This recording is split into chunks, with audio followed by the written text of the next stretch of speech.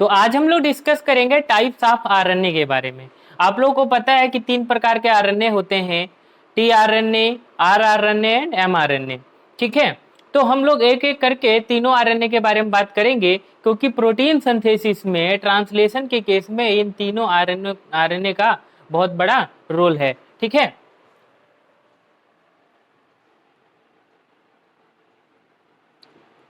Types of RNA. पता है आप लोग को कि आरएनए जो है वो 3 प्रकार के होते हैं, एमआरएनए, आरआरएनए एंड टीआरएनए। ठीक है, एक एक करके सभी को हम जानेंगे। सबसे पहले हम एमआरएनए के बारे में बात करेंगे। एमआरएनए जो है इसको कहते हैं मैसेंजर आरएनए। एमआरएनए को मैसेंजर आरएनए कहते हैं, एम फॉर मैसेंजर। ये क्या करता है, डीएनए के पास जो मैसेज है वो राइबोसोम को देता है। ठीक है, डीएनए के पास जो मैसेज होता है वो राइबोसोम तक पहुंचाने का किसका काम है, मैसेंजर आरएनए का। आप लोगों को पता है कि प्रोटीन सिंथेसिस डायरेक्ट नहीं होता, सबसे पहले डीएनए से आरएनए बनेगा, फिर आरएनए से प्रोटीन बनेगा। तो डीएनए को पता रहता है कि कौन सा प्रोटीन कैसे बनाना है। मतलब आप लोगों को पता है ना कि एमाइनो एसिड से ही क्या होता है, कि प्रोटीन का सिंथेसिस होता है। एमाइनो एसिड 20 प्रकार के होते हैं, 20 टाइप के एमाइनो एसिड। 10 एमाइनो एसिड जो होंगे इसेंशियल होंगे और 10 नॉन इसेंशियल होंगे। और उन एमाइनो एसिड के अरेंजमेंट के आधार पे प्रोटीन के जो है डिफरेंट टाइप होते हैं। ठीक है, अगर एमाइनो एसिड का अरेंजमेंट बदल जाएगा तो प्रोटीन का नाम भी बदल जाएगा और प्रोटीन का फंक्शन भी बदल जाएगा। ठीक है, तो एमाइनो एसिड किस प्रकार से अरेंज होगा वो कौन बताता है, हमारा एमआरएनए बताता है। एमआरएनए के ऊपर पाए जाते हैं कोडान, और वो कोडान डिसाइड करते हैं कि कौन सा एमाइनो एसिड बनेगा। तो इसलिए इसको मैसेंजर आरएनए बोलते हैं, एमआरएनए को, क्योंकि ये मैसेज देता है राइबोसोम को कि कैसे एमाइनो एसिड को जोड़ना है। ठीक है, और फिर राइबोसोम क्या करता है, इसके ऊपर जो कोडान होते हैं उसको रीड करके एमाइनो एसिड को जोड़ देता है और हमारा प्रोटीन बनके तैयार हो जाता है, पॉलीपेप्टाइड चेन बनके तैयार हो जाता है। इसलिए इसको कहते हैं मैसेंजर आरएनए। ठीक है, अब एमआरएनए जो है इसका जो प्रिकर्सर होता है एचएनआरएनए होता है। HnRNA is a precursor of mRNA.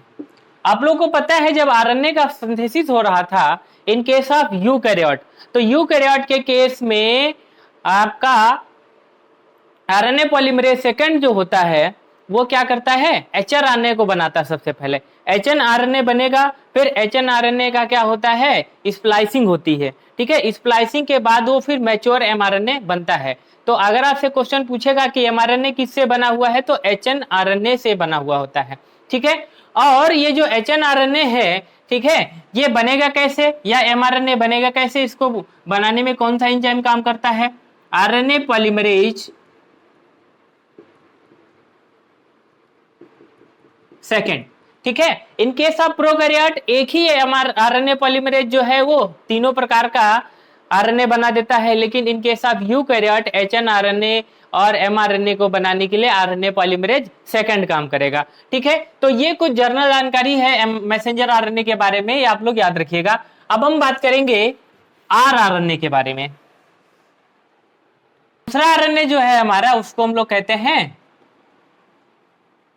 तो दूसरा आरएनए जो है हमारा उसको कहते हैं आरआरएनए। ठीक है, आरआरएनए को बोला जाता है राइबोसोमल आरएनए। ठीक है, राइबोसोम का काम क्या होता है, प्रोटीन सिंथेसिस। राइबोसोम को कहते हैं फैक्ट्री ऑफ प्रोटीन सिंथेसिस। ठीक है, तो ये क्या करेगा, help in protein synthesis, protein synthesis करने का काम करता है। ठीक है, तो प्रोटीन सिंथेसिस में क्या करता होगा, पेप्टाइड बॉन्ड बनाने का काम करता है। ठीक है, पेप्टाइड बॉन्ड फॉर्मेशन कर देगा। एमाइनो एसिड के बीच में पेप्टाइड बॉन्ड बनाने का काम करता है आरआरएनए। ठीक है, आरआरएनए के ऊपर जो राइबोसोम पाया गया, वो राइबोसोम क्या करेगा, पेप्टाइड ट्रांसफरेज नाम का एक एंजाइम होता है, राइबोसोम के पास पाया जाता है, वो एमाइनो एसिड को, एक एमाइनो एसिड को दूसरे एमाइनो एसिड के साथ जोड़ता जाएगा और क्या बन जाएगा, एक पेप्टाइड चेन बन जाएगी, पॉलीपेप्टाइड चेन, जिसको हम लोग प्रोटीन कहते हैं। ठीक है, तो यहाँ पे ये पेप्टाइड बॉन्ड बनाने का काम करता है आरआरएनए। ठीक है, एंजाइम कौन सा यहां काम करेगा,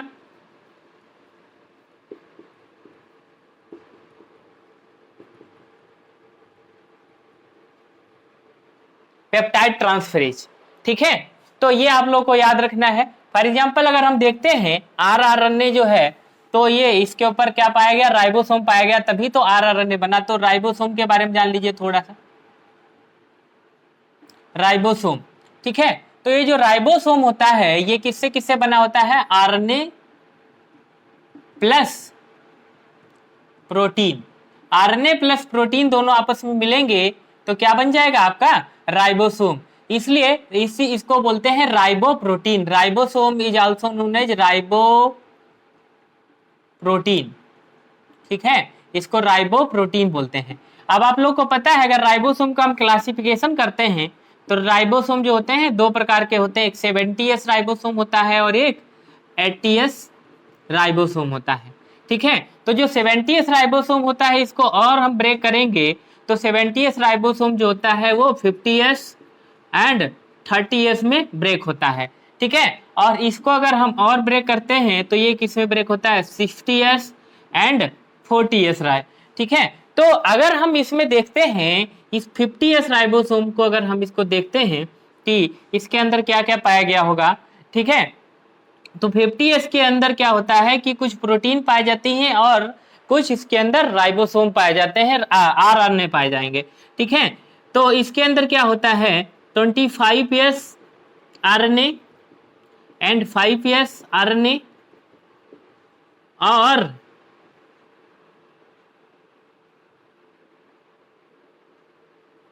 34 प्रोटीन यूनिट। ठीक है, तो इनसे मिलके क्या होता है, ये 50S राइबोसोम बना होता है। 25S rRNA and 5S RNA plus 34 protein. अब इसके केस में अगर हम बात करते हैं, इसके केस में अगर बात करेंगे 30S के केस में, तो क्या होता है, 60S RNA plus 21 protein unit. 21 protein unit जो है मिलेंगी आपस में, तो क्या बन जाएगा, 30S राइबोसोम बन जाएगा। अगर इसके केस में बात करते हैं 60S राइबोसोम में, तो 60S राइबोसोम के केस में क्या होता है, 20S आरएनए और 5.8S RNA and 5S RNA plus 50 unit जो है वो प्रोटीन के आपस में मिलेंगी, तो क्या बन जाएगा, 60S राइबोसोम बन जाएगा। ठीक है, अगर 40S राइबोसोम की बात करते हैं तो इसमें क्या होता है, 40S राइबोसोम में क्या होता है, 18S आरएनए प्लस 35 प्रोटीन की यूनिट जो है वो आपस में मिलती है, तो क्या बन जाता है, ये आपका 40S राइबोसोम बन जाता है। और आप लोग को थोड़ा सा जानना चाहिए कि जो आरएनए है, इसको कैटालिटिक आरएनए भी बोलते हैं। कैटालिटिक आरएनए भी बोलते हैं क्योंकि ये एंजाइम का भी काम करता है। ठीक है, तो आप लोग को पता होना चाहिए। अगर हम यहाँ पे नोट पॉइंट में देखते हैं तो नोट पॉइंट में हम लोग यहाँ पे नोट कर लेते हैं कि आपका जो होता है 21 आरआरएनए, 21 आरआरएनए ये राइबोजाइम का काम करता है, राइबोजाइम का काम करता है, एंजाइम का काम करता है इन केस ऑफ बैक्टीरिया। ठीक है, राइबोजाइम एंजाइम का काम करने लगता है। तो ये है तो क्या, एक प्रकार से ये है एक प्रकार से न्यूक्लिक एसिड। आरएनए तो न्यूक्लिक एसिड है, लेकिन ये एंजाइम का भी काम कर रहा होता है। तो जब एंजाइम का काम कर रहा है, इसका मतलब ये कैटलिस्ट का काम कर रहा है। ठीक है, तो इसलिए आरआरएनए को कैटालिटिक एंजाइम भी बोलते हैं। और ये राइबोजाइम का काम करता है। इसके ऊपर नीट में क्वेश्चन भी आ चुका है, ठीक है, तो ये आप लोग याद रखिएगा। आगे बढ़े।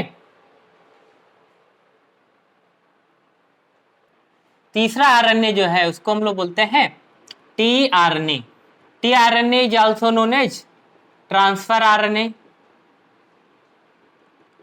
या इसको एडाप्टर आरएनए भी बोलते हैं, ठीक है। तो ट्रांसफर आरएनए इसको क्यों बोलते हैं कि ये, क्योंकि ये क्या करता है, transfer amino acid to the ribosome.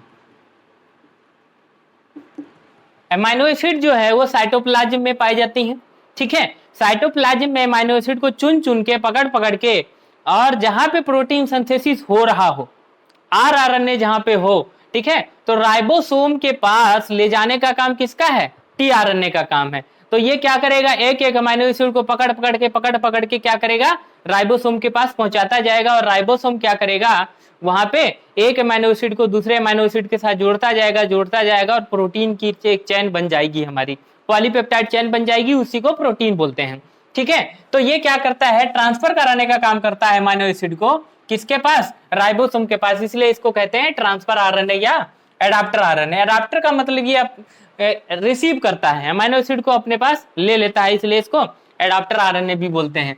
ये एक प्रकार का स्मॉलेस्ट आरएनए है, स्मॉलेस्ट आरएनए होता है, इसमें 75 से लगा के 90 न्यूक्लियोटाइड होते हैं, ठीक है, इसलिए इसको स्मॉलेस्ट आरएनए बोलते हैं। 75 टू 90 न्यूक्लियोटाइड का ये होता है। सॉल्युबल होता है, soluble in 1 mole NaCl। NaCl में ये सॉल्युबल होता है। सिंगल स्ट्रैंड होता है, ठीक है, और लो मॉलिक्यूलर वेट होता है इसका, मॉलिक्यूलर वेट इसका बहुत कम होता है, 25,000 टू 40,000 डाल्टन इसका वेट होगा, ठीक है। ये आप लोग को याद रखना चाहिए। और ये टीआरएनए जो है कितने प्रकार का पाया जाता है, 20 टाइप का टीआरएनए होता है।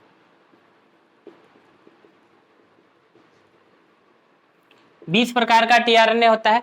तो आप लोग को पता है कि प्रोटीन सिंथेसिस में हमारे को अमाइनो एसिड कितनी चाहिए, 20 अमाइनो एसिड चाहिए।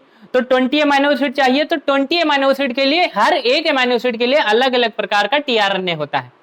अगर 20 टीआरएनए नहीं होता, उससे कम टीआरएनए होता, तो अमाइनो एसिड छूट जाते, ठीक है। तो जितने अमाइनो एसिड उतने ही हमारे क्या होंगे, टीआरएनए होंगे, उतने प्रकार के टीआरएनए पाए जाते हैं, ठीक है। तो ये चीज याद रखिएगा। और इसका जो टीआरएनए का स्ट्रक्चर है वो कौन दिया था, ठीक है, होली ने, ठीक है।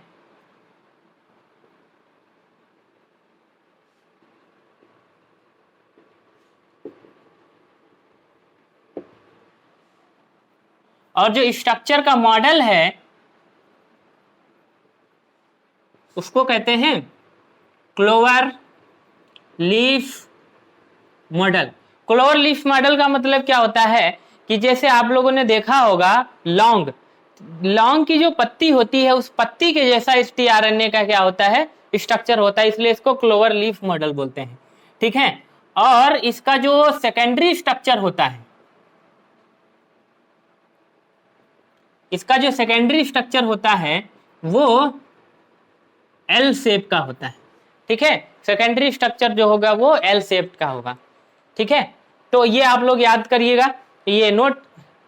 तो आप, अब हम बात करेंगे स्ट्रक्चर ऑफ टीआरएनए। टीआरएनए का स्ट्रक्चर देखेंगे, ठीक है। तो देखिए कैसा होता है।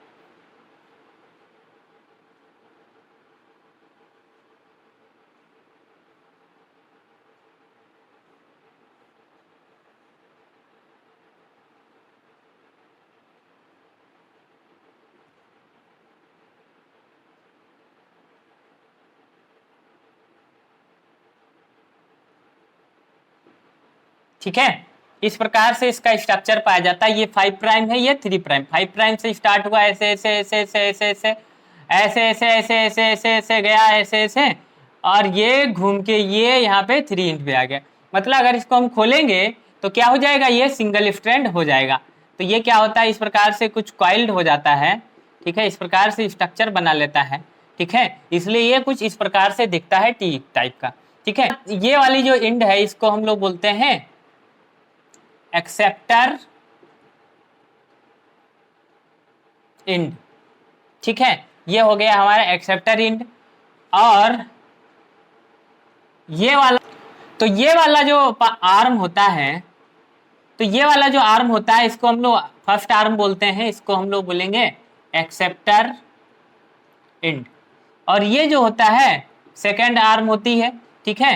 तो यहाँ पे आप लोग देखें हर जगह हाइड्रोजन बॉन्ड है इन दोनों आरएनए के बीच में, दो जो इसकी आर्म है, लेकिन यहाँ पे क्या होता है, ये लूप का फॉर्मेशन हो जाता है, ठीक है। तो लूप का फॉर्मेशन क्या होता है, थायमीन स्यूडोयूरिडीन साइटिडीन पाया जाता है यहाँ पे, ठीक है। इसे ये कुछ डिफेक्टेड यूरिडीन है हमारा, ठीक है, यूरेसिल की जगह पे यूरिडीन हो जाता है, स्यूडोयूरिडीन, इसकी वजह से लूप बन जाता है, ठीक है। तो ये यहाँ पे क्या है, थाइमीन स्यूडो यूरिडीन साइटिडीन, ठीक है, थाइमीन स्यूडो यूरिडीन साइटिडीन, ठीक है। तो ये जो सेकंड लूप होगी तो इसको हम लोग बोलते हैं thymine pseudouridine cytidine arm या लूप, ठीक है। इसको आप आर्म भी बोल सकते हैं, ठीक है, आर्म या लूप बोल दीजिए। तो ये हमारा सेकेंड आर्म हो गई। और ये जो होती है ये थर्ड आर्म होती है टीआरएनए की, ये थर्ड आर्म है। तो इसको हम लोग बोलते हैं, ये यहाँ पे क्या पाया जाता है, एंटीकोडान पाया जाता है, ठीक है, यहाँ पे पाया जाता है एंटीकोडान। तो इसलिए यहाँ पे जैसे कि जो एमआरएनए होगा, ये मान लीजिए आपका एमआरएनए है, तो एमआरएनए के ऊपर पाए जाते हैं कोडान, ठीक है, एमआरएनए के ऊपर पाए जाएंगे कोडान। मान लीजिए ACU है, तो यहाँ पे क्या होगा, ए की जगह पे एमआरएनए में क्या होगा, यू होगा और जी होगा और सी होगा, ये सॉरी ए होगा, ठीक है, इस प्रकार से यहाँ पे होता है। तो ये वाला जो ये इसका ये वाला पॉइंट जो है इसको हम लोग बोलते हैं एंटी कोडान आर्म या लूप, ठीक है, ये एंटीकोडान आर्म हो जाएगा। तो ये जो थर्ड पॉइंट होगा इसका, ये हमारा एंटीकोडान आर्म होता है या लूप होता है। अब ये देखिए ये हमारा आ गया फोर्थ आर्म। तो ये फोर्थ आर्म जो होता है यहाँ भी कुछ क्या होते हैं कि जो न्यूक्लियोटाइड होते हैं उसमें वो डिफेक्टेड न्यूक्लियोटाइड हो जाते हैं, इसकी वजह से यहाँ भी एक लूप का फॉर्मेशन हो गया, ठीक है। तो यहाँ पे जो लूप का फॉर्मेशन होता है तो यहाँ पे क्या हो जाता है, DHU डाई हाइड्रोक्सी यूरिडीन, ठीक है, डाई हाइड्रोक्सी यूरिडीन बन जाता है यहाँ पे, इसकी वजह से ये लूप बन जाता है। तो देखिए इसमें क्या है, ये और एक यहाँ पे फिफ्थ लूप होता है या आर्म होता है, ठीक है, ये फिफ्थ आर्म हो जाता है। तो इसमें टोटल कितने आर्म होंगे हमारे, एक देखो फर्स्ट आर्म, और ये वाला देखो सेकेंड आर्म, और ये वाला देखो थर्ड आर्म, और ये देखो फोर्थ आर्म, और उसके बाद फिफ्थ आर्म। तो टोटल 5 आर्म होती हैं। जो फर्स्ट आर्म होता है वो उसको हम लोग क्या बोलते हैं, एक्सेप्टर एंड। सेकेंड आर्म जो होता है T pseudo thymine pseudouridine cytidine arm होता है, और ये क्या होगा, एंटीकोडान आर्म होगा या लूप हो जाएगा, और ये डाईहाइड्रोक्सी यूरिडीन आर्म होगा या लूप बोलेंगे इसको, ठीक है। और उसके बाद ये जो होगा ये आपका फिफ्थ आर्म होती है, इसको वेरिएबल आर्म बोलते हैं, वेरिएबल आर्म या लूप बोलेंगे, ठीक है। तो ये कुछ स्ट्रक्चर है हमारा टीआरएनए का, इसको आप लोग को याद रखना है। सब आर्म का क्या क्या काम है ये हम अभी देखेंगे। आर्म होती है टीआरएनए के ऊपर अंदर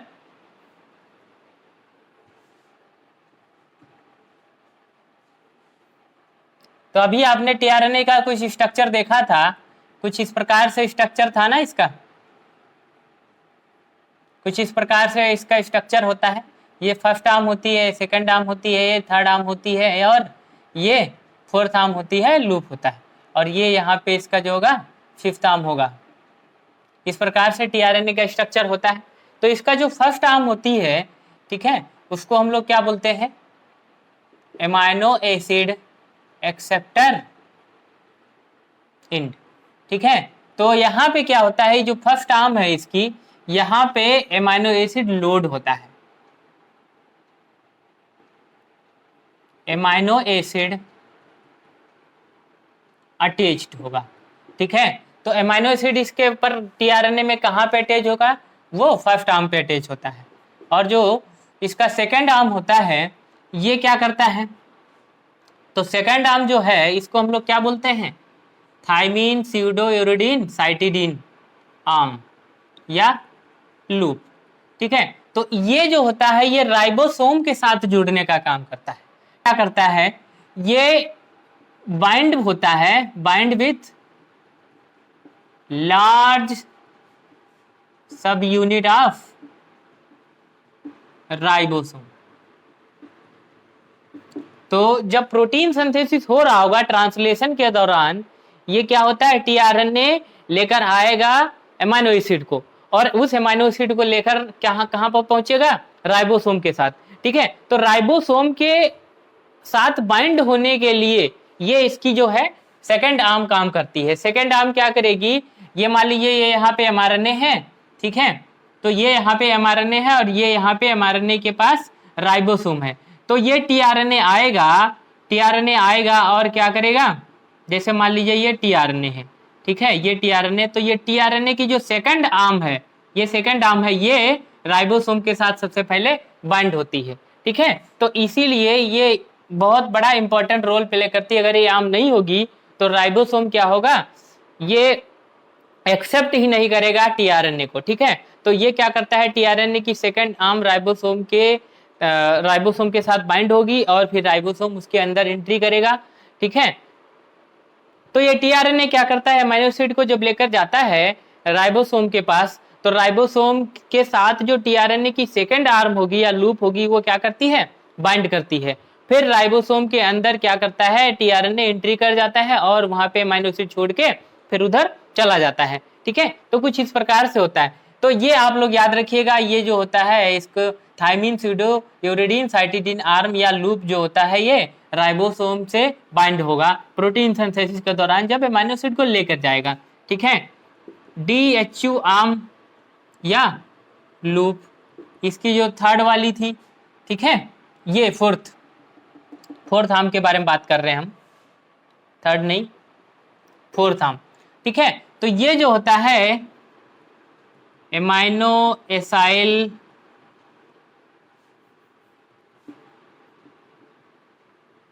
सिंथेसिस एंजाइम बाइंडिंग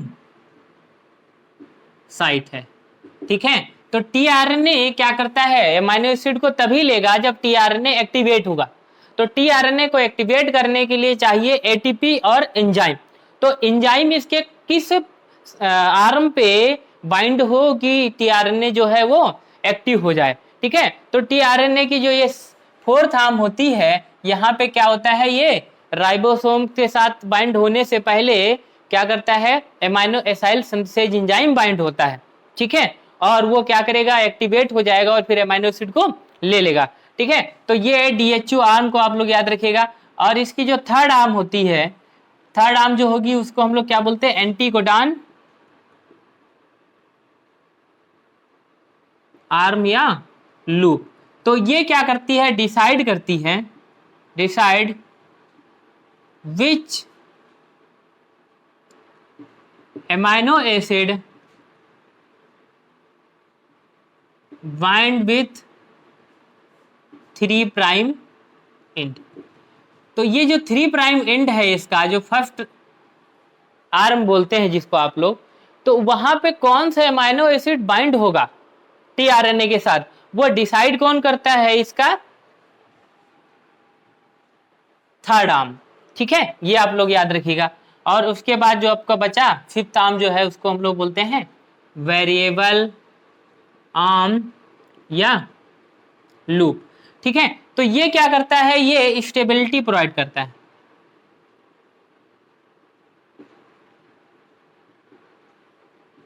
ये स्टेबिलिटी प्रोवाइड करेगा। तो ये आप लोग याद रखिएगा, ये आप लोग को सबसे पहला क्या याद रखना है कि इसमें 5 आर्म होती हैं। जो फर्स्ट आर्म होती है टीआरएनए की, वहां पे क्या होता है, अमीनो एसिड बाइंड होता है। सेकेंड आर्म जो होती है वहां पे क्या होता है, वो राइबोसोम के साथ बाइंड होता है। थर्ड आर्म क्या होती है, वो डिसाइड करती है कि अमीनो एसिड कौन सा बाइंड होगा। ठीक है, और उसके बाद जो फोर्थ आर्म होगी टीआरएनए की, वो उसके साथ एंजाइम बाइंड होगा। जब एंजाइम बाइंड होगा तभी टीआरएनए एक्टिव होगा और अमीनो एसिड को अपने साथ ज्वाइंट होने देगा। ठीक है, और जो इसकी फिफ्थ आर्म होती है वो क्या करती है कि स्टेबिलिटी प्रोवाइड कराएगी।